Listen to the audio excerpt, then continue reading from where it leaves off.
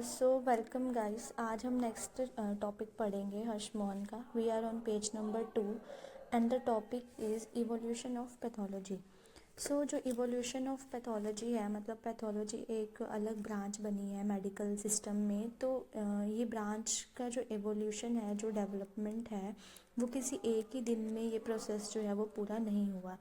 जैसे जैसे टाइम बढ़ता गया, मतलब मध्यकालीन युग से हम आज के युग में आगे, जैसे जैसे टाइम आगे आगे होता गया, वैसे वैसे ही जो एक नीड थी, जो एक डिज़ायर थी कि ये जानने की कि डिजीज़ किसका कारण से हो रही है, मैकेनिज़्म क्या है डिजीज़ होने का, और नेचर ऑफ डिजीज़ क्या है। वो जेनेटिकली कोई कॉज है डिजीज़ का, एक्वायर्ड डिजीज़ है, ये some other sort of cause है डिजीज़ का। तो ये सब चीज़ें जानने की जो इच्छा थी वो मैनकाइंड में बढ़ती गई, और इन्हीं क्वेश्चंस के जो आंसर्स थे वो ओवर द सेंचुरीज डेवलप हुए हैं एक ही दिन में। मतलब कि आपकी हमारी जो ब्रांच है ये पैथोलॉजी की, वो डेवलप नहीं हुई है। पहले के ज़माने में सुपर नेचुरल बिलीव्स होते थे, मतलब ये माना जाता था कि जो बीमारियां हो रही हैं उनका कारण पाप कर्म है, या फिर जो पुराने जन्म के कर्म है उनको माना जाता था, या फिर जो देवी देवता होते थे उनके उनके श्राप की वजह से बीमारियां होती हैं, ऐसा माना जाता था। तो सुपर नेचुरल बिलीव्स से लेके आज जो हमारी प्रेजेंट नॉलेज है पैथोलॉजी के बारे में, डिजीज़ के बारे में, it has evolve over the centuries. बहुत टाइम में ये जो ब्रांच है वो इवॉल्व हुई है।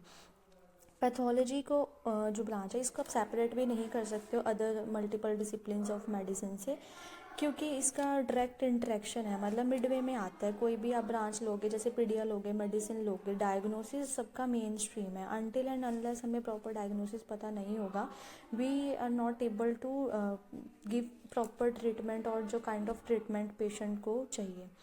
सो यहाँ पे हमें पता लगेगा कि कैसे जो है pathology over the years emerge होके एक अलग डिसिप्लिन बना है। एनाटॉमी से अलग कैसे हुआ, मेडिसिन से, सर्जरी से, तो ये सब हम नेक्स्ट के उसमें पढ़ेंगे। सो यहाँ पे हम पैथोलॉजी की जो हिस्ट्री है ये पढ़ क्यों रहे हैं, वाई वी आर स्टडिंग, क्योंकि एवोल्यूशन हो गया, ठीक है, अब अलग ब्रांच बन चुकी है, तो हमें डायरेक्ट उसको ही पढ़ना चाहिए कि क्या डिजीज़ हैं।